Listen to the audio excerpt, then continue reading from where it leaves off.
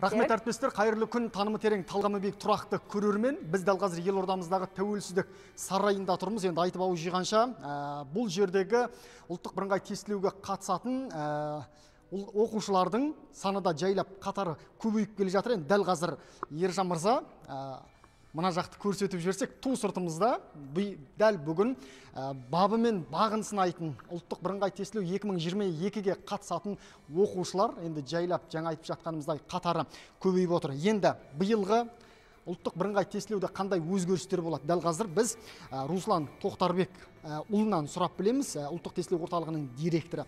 Руслан мырза, қайырлы күн. Енді бүгінгі тест тапсыратын азаматтарға сәттілік тілейміз алдымен. Жалпы білім министрі біраз өзгерістер енгізген екен. Соның ең маңызды атап айтар дүние оқушыларға 2 рет ұлттық бірыңғай тестілеу тапсыруға мүмкіндік беріп отыр.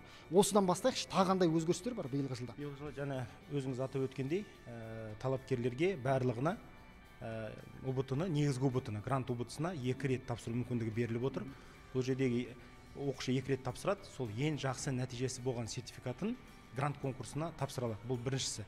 Екіншіден, енді біздегі ең маңызды бұл ұбт-ның біз қаншама соңғы кездері айтып жүргеніміздей, адал, шынайы, академиялық адалдық негізінде өте маңызды.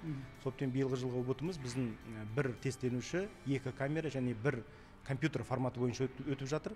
Іштегі компьютердің үстіне тағы да қосымша фронталды камера қойылды.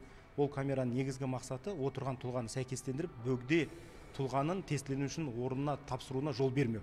Біз бұны қаңтар және наурыз ұбт-сында апробациядан өткіздік. Нәтижесінде егер өткен жылы осы негізгі ұбт-ның кезінде 12 сондай факті анықталып болса, биылғы жылы ондай факті анықталмады. Сол фронталды камераның арқасында жетіп отырмыз. Екіншіден, мына наурыз ұбт-сында өте маңызды тағы да бір академиялық жағынан маңызды бір өзгеріс енгізілді. Ол тақырыптық талдау. Егер осыған дейін оқушы тек қана өзінің жеке балын ғана көре алса, қанша бал алған. Биылғы жылы оның жеке кабинетіне соның тапсырған нұсқасы бойынша қай тақырыптардан сұрақ келді. Және ол оған қаншалықты жауап берді. Сол болды. Бұл енді баланың мына мүмкіндік беріп отырмыз ғой. Міне осы аптаның дүйсенбі күні басталды. 5-ші шілде аралығында өтеді. 37 күн бойы ұбт бізде жалғасатын болады. Қазақстан бойынша 43 тестілеу орталығында өтеді. Сол 2 мүмкіндіктер арасында бұл тақырыптық талдау болады. Бала ұбт-ын тапсырғаннан кейін өзінің қай тақырыптарда осал екенін, қай тақырыпта алда екенін көріп, екінші мүмкіндіктің алдында дайындығын шыңдай алады. Тамаша, енді Руслан мырза, наурыз деп айтып қалдыңыз. Наурыздағы ұлттық бірыңғай тестілеу кезінде тест сұрақтарын суретке түсіріп таратып жіберген 9 оқушы анықталған еді. Жалпы бұндай жағдайды жасаған оқушылардың жазасы қандай болады? Енді бұл жерде айта кету керек, наурыз ұбт-сында негізі жалпы 259 оқушының нәтижесі жойылды. Тестілеу кезінде ереже бұзған. Ол деген бізде ең басты ереже бұзушылық, бұл тыйым салынған затты ішке алып кіру. Бұл шпаргалка алып кіре алады, кейбір кезде телефондарын алып кіріп жатады, немесе наушниктарды алып кіреді. Жаңағы 9 оқушы неге біз ерекше атап өтіп жатырмыз? Себебі жаңа 9 оқушы олар тест кезінде смартфондарын кіргізіп, экрандағы сұрақтарды суретке түсіріп, соны Telegram каналдарында жариялаған. Ал біз білеміз, енді ұбт-ның сұрақтары олар ерекше деңгейде, оларды таратуға, олармен бөлісуге болмайды. Сондықтан ол 9 оқушының толығымен нәтижесі жойылды, және олар негізгі ұбт-ға кіру құқығынан айырылған болатын. Осы бойынша бізде қызметтік тексеріс жүрді. Тексеріс нәтижесі бойынша сол іске көз жұмған біздің 3 қызметкер де жұмыстан шығарылып, іс құзыретті органдарға берілген болады. Тамаша, енді мына шетелден келген немесе келетін қандастарымыздың мәселесіне де қатысты оқушылардың тағы да бір өзгеріс енген екен, яғни міндетті түрде елге келіп тапсыру керек дейді. Осы туралы толығырақ. Өткен жылы мына пандемия жағдайын ескеріліп, біздің қандастарымыз олар онлайн тапсырған болатын. Енді бізде мына компьютерлік форматқа өткеннен кейін қазіргі кезде тіркелу негізінде бізде онлайн жүреді, барлығына. Бала өзі тапсыратын күнін, тапсыратын орнын және тапсыратын жерін өзі таңдайды.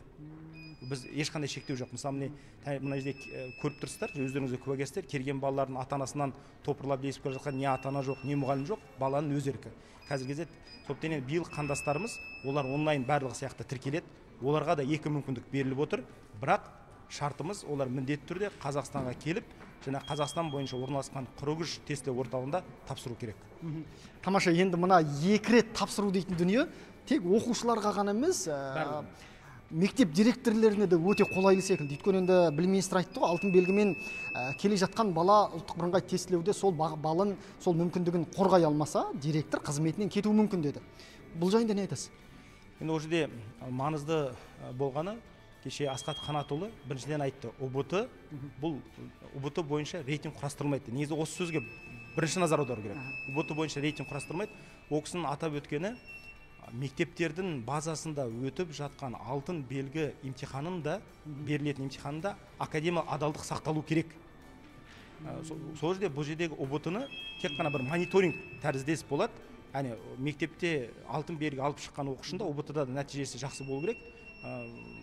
Сол мағынада айтылды.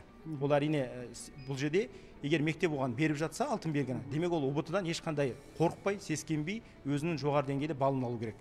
Бірақ егер 50 балл алып жатқан, немесе жаңағы шекті балды аса алмай жатқан оқушы болса, әрине бұл күмән тудырады. Ол имтиханның мектепте академиялық адалдық сақталып өткендігі жөнінде.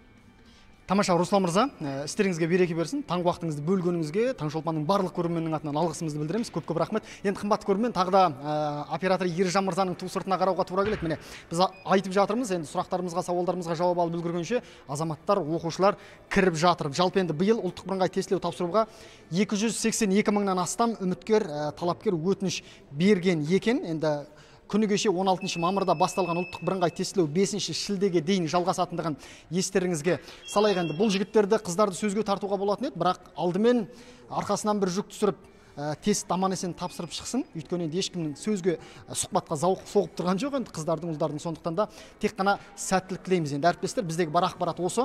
Сөз сіздерде.